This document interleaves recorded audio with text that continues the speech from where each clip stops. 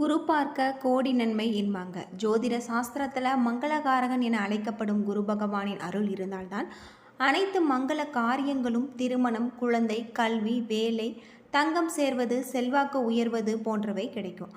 அப்படிப்பட்ட குரு பகவான் இந்த ஆண்டு மே 26ஆம் தேதியான இன்று வாக்கிய பஞ்சாங்கத்தின்படி மிதுன ராசியில் இருந்து கடக ராசிக்கு பயிற்சியாகி உச்சம் பெற்றிருக்கார். இந்த நாட்களில் குரு பகவானின் அருளை பெறுவதற்கான வழிபாடுகளை செய்வது ரொம்பவும் சிறப்பு வாய்ந்ததாக சொல்லப்படுது. இந்த குரு பயிற்சி பலன் குறிப்பிட்ட சில ராசிக்காரர்களின் வாழ்க்கையில் எப்படிப்பட்ட ஒரு மாற்றத்தை ஏற்படுத்தும் அப்படிங்கிறத பற்றி முழுமையாக தெரிஞ்சுக்கலாம். வீடியோவை கடைசி வரைக்கும் ஸ்கிப் பண்ணாமல் பாருங்கள். நம்ம சேனலை நீங்கள் இன்னும் சப்ஸ்கிரைப் பண்ணலைன்னா மறக்காமல் சப்ஸ்கிரைப் பண்ணிவிடுங்க. வாங்க வீடியோக்குள்ளே போகலாம். இந்த குரு பயிற்சி பலனால் குறிப்பிட்ட சில ராசிக்காரர்களின் வாழ்க்கையில் மிகப்பெரிய ராஜயோகம் ஏற்படக்கூடிய வகையில் தான் அமைஞ்சிருக்கு. பொதுவாக குரு பகவானுக்குரிய சிறந்த பரிகார தலமாக ஆலங்குடி கோவில் நவகிரக சன்னதியில் இருக்கக்கூடிய குரு பகவானை தரிசிக்கலாம். இத்துடன் சிவபெருமானின் வடிவமான தட்சிணாமூர்த்தியை குருவாக பாவித்து வழிபடுவது வழக்கம். இவருக்கு 3, 9 அல்லது 11 முறை வலம் வந்து வழிபட வேண்டும். அது மட்டும் இல்லாமல் நாம் தட்சிணாமூர்த்தியை இதுபோல் வழிபடுவதன் மூலம் குரு பயிற்சியில் நம்மளுக்கு நல்ல ஒரு மாற்றம் ஏற்படும். வாக்கிய பஞ்சாங்கத்தின்படி 26/5/2026 11 மணிக்கு மேல் குரு பகவான் மிதுன ராசியில் இருந்து தனது உச்ச ராசியான கடகத்திற்கு பயிற்சியாகியிருக்கார். திருக்கணிகத்தின்படி 2/6/2026 அன்று பயிற்சியாகிறார். இவரது விசேஷ பார்வையாக 5, 7, 9ஆம் பார்வைகள் முறையே விருச்சிகம், மகரம், மீனம் ராசியில் பதிகின்றது. இது குறிப்பிட்ட ராசிக்காரர்களுக்கு சாதகமாகவும் நன்மைகளை அள்ளித்தரக்கூடியதாகவும் தான் சொல்லப்பட்டிருக்கு. மேச ராசியில் பிறந்தவர்களுடைய எண்ணங்கள் ஈடேறக்கூடிய ஒரு காலகட்டம். அலுவலகத்தில் மேலதிகாரிகளால் பாராட்டப்படுவீங்க. உடன் இருப்போர் ஆதரவு உங்களுக்கு கிடைக்கும். எதிர்பாரா பயணங்களால் உங்களுக்கு ஆதாயம் உண்டாகும். எதிர்பார்த்த மேன்மைகள் கைகூடி மகிழ்வு தரக்கூடிய வகையில் இருக்குது. இல்லத்தில் சீரான ஒரு போக்கு நிலவக்கூடியதாகும். சுபகாரிய தடைகள் நீங்கக்கூடியதாகும். பண வரவை சேமிக்கக்கூடிய பழக்கம் உங்களுக்கு வளர்க்குவது நல்லது. வரவுக்கு ஏற்ப செலவு வரும். ஆடை ஆபரண சேர்க்கை உண்டு. வாரிசுகளால் பெருமை சேரும். செய்தொழில் எதுவானாலும் அதில் நேரடி கவனம் முக்கியம்.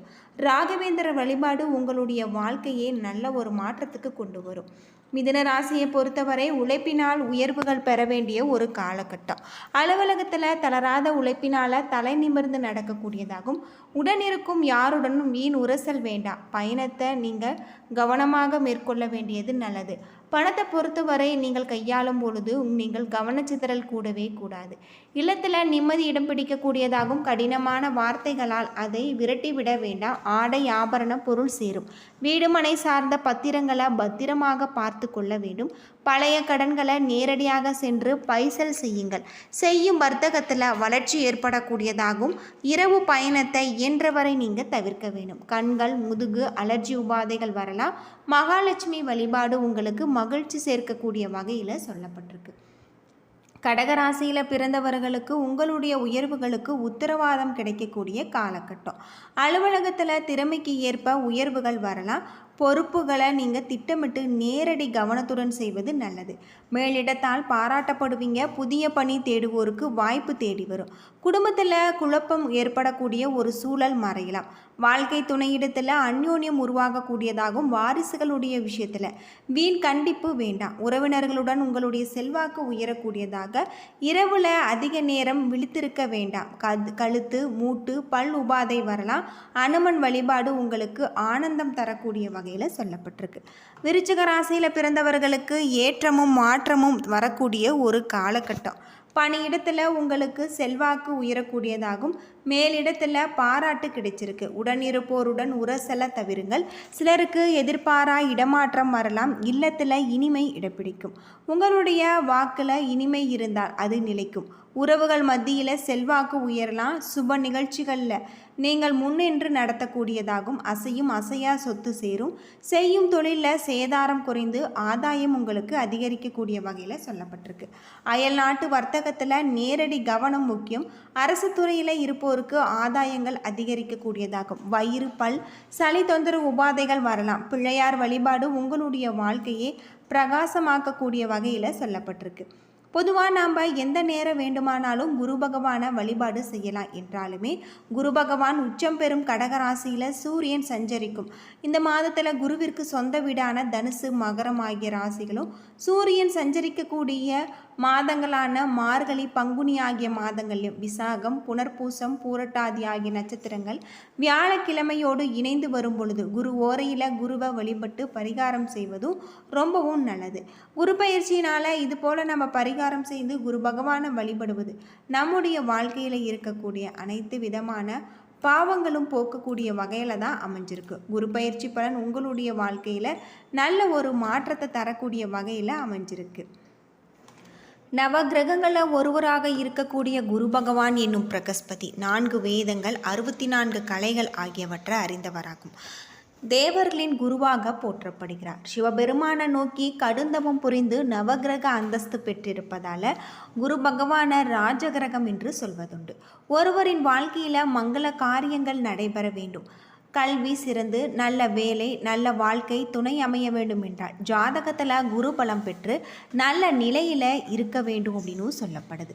நவ கிரகங்களில் மங்கள கிரகம் என புகழப்படும் குரு பகவான் ஜோதிட ரீதியாக குரு பகவானை மங்கள காரகன் என அழைப்பதுண்டு. ஞானம், படிப்பு, அறிவு, தொழில், திருமணம், குழந்தை பாக்கியம் போன்ற முக்கியமான மங்கள நிகழ்வுகளுக்கு காரகமாக இருக்கக்கூடியவர் குரு பகவான். இவரை வழிபடுவதற்கு ஏற்ற நாளாக வியாழக்கிழமை. இவருக்குரிய நிறமாக மஞ்சள் நிறம் சொல்லப்படுது. குரு பார்க்க கோடி நன்மை என்பாங்க. இப்படி பார்த்தாலே கோடி நன்மை கிடைக்கக்கூடிய இவரின் அருள் பரிபூர்ணமாக கிடைத்தால் எத்தனை நன்மைகள் வந்து சேரும். குரு பகவானின் அருளை பெற வேண்டும் என்பவர்கள் வியாழக்கிழமையில் முழு பக்தியுடன் வழிபட்டால் குருவருள் மட்டுமல்ல திருவருள் கிடைக்கும். குருவின் அருளை பெறுவதற்கு ஒவ்வொரு வியாழக்கிழமையுமே குரு பகவானை மட்டுமின்றி மகாவிஷ்ணுவையும் வழிபட வேண்டும். வீட்டில் மகாவிஷ்ணுவின் படம் அல்லது சிலை எது உள்ளதோ அதை எடுத்து சுத்தம் செய்து வைத்து விளக்கேற்றி பிரகஸ்பதி என அழைக்கப்படும் குருவின் கதைகளை படித்தும் அவருக்குரிய மந்திரங்களை சொல்லியும் நெய்வேத்தியம் படைத்தும் வழிபட வேண்டும். வாழை மரத்தடியில் சுத்தமான பசு நெய்யால் விளக்கேற்றி குரு பகவானுக்குரிய தானியமான கொண்டை கடலை, வெள்ளை, வாழைப்பழம் ஆகியவை படைத்து வழிபடலாம். அந்த மரத்தை சுற்றி வந்து கயிறு கட்டி 7 முறை வலம் வந்து வழிபட வேண்டும்.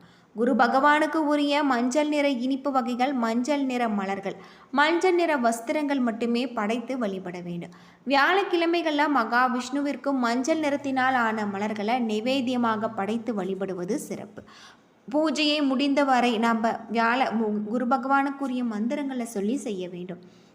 வியாழக்கிழமை காலை மாலை இருவேளையுமே பூஜை செய்து வழிபட வேண்டும். மாலையில் விளக்கேற்றி விட்டு நாம் பிரார்த்தனை செய்ய வேண்டும். அது மட்டும் இல்லாமல் பிரசாதத்தை சாப்பிட்டு விட்டு விரதத்தை நிறைவு செய்ய வேண்டும். விரதத்தை நிறைவு செய்யும் பொழுது வீட்டில் சமைத்த உணவு வகைகளை சாப்பிட்டு விரதத்தை நிறைவு செய்ய வேண்டும். விரதம் இருக்கும் நாட்களில் ஏதாவது உணவுப் பொருட்களை நாம் பிராமணர்களுக்கு தானமாக வழங்க வேண்டும். குறிப்பாக வயதான அந்தணர்களுக்கு வழங்குவது மிகவும் சிறப்பு வாய்ந்ததாக இருக்குது. இவ்வாறு வியாழக்கிழமைகளில் குரு பகவான் மற்றும் மகாவிஷ்ணுவை வழிபட பக்தர்களுக்கு அதிர்ஷ்டம், ஞானம், அறிவு, வெற்றி, ஆன்மீக வளர்ச்சி, தகுந்த வாழ்க்கை துணை, நல்ல வேலை போன்றவை கிடைக்கக்கூடிய வகையில் சொல்லப்பட்டிருக்கு. இப்படி குரு பகவானை மனதார வழிபட்டு வருவதன் மூலம் இந்த குரு பயிற்சியால் நம்முடைய வாழ்க்கையில் நல்ல ஒரு மாற்றம் ஏற்படும். குரு பகவானின் அருள் நமக்கு கட்டாயம் கிடைக்கும் அப்படின்னு சொல்லப்படுது. நவ கிரகங்களில் மங்களக்காரராக இருக்கக்கூடிய குரு பகவானை வியாழக்கிழமை நாட்களில் நம்ம வழிபடுவது சிறந்தது. அதுவும் வியாழக்கிழமை அன்று குரு ஓரையான காலை 6 மணி முதல் 7 மணி வரை, இரவு 8 மணி முதல் 9 மணி வரை உகந்தது. இதனால் அறிவு, செல்வம் மற்றும் குடும்பத்தில் மங்களகரமான நிகழ்வுகள் பெறும். நல்லெண்ணெய், தேங்காய் எண்ணெய் மற்றும் நெய் ஆகிய 3ஐயும் கலந்து 11 அல்லது 21 என்ற எண்ணிக்கையில் அகல் விளக்குகள் ஏற்றி வழிபட வேண்டும். குரு பகவானுக்கு உரிய மஞ்சள் நிற மலர்கள், மஞ்சள் வஸ்திரம் போன்றவற்றையும் வைத்து வழிபடுவது சிறப்பு. என்ன நண்பர்களே, இந்த வீடியோ உங்களுக்கு பயனுள்ள ஒரு தகவலை தந்திருக்குன்னு நினைக்கிறேன். வீடியோ பிடிச்சிருந்தால் லைக் பண்ணுங்கள், ஷேர் பண்ணுங்கள், கமெண்ட் பண்ணுங்கள். நம்ம சேனலை சப்ஸ்கிரைப் பண்ணலைன்னா மறக்காமல் சப்ஸ்கிரைப் பண்ணிவிடுங்க. நன்றி நண்பர்களே.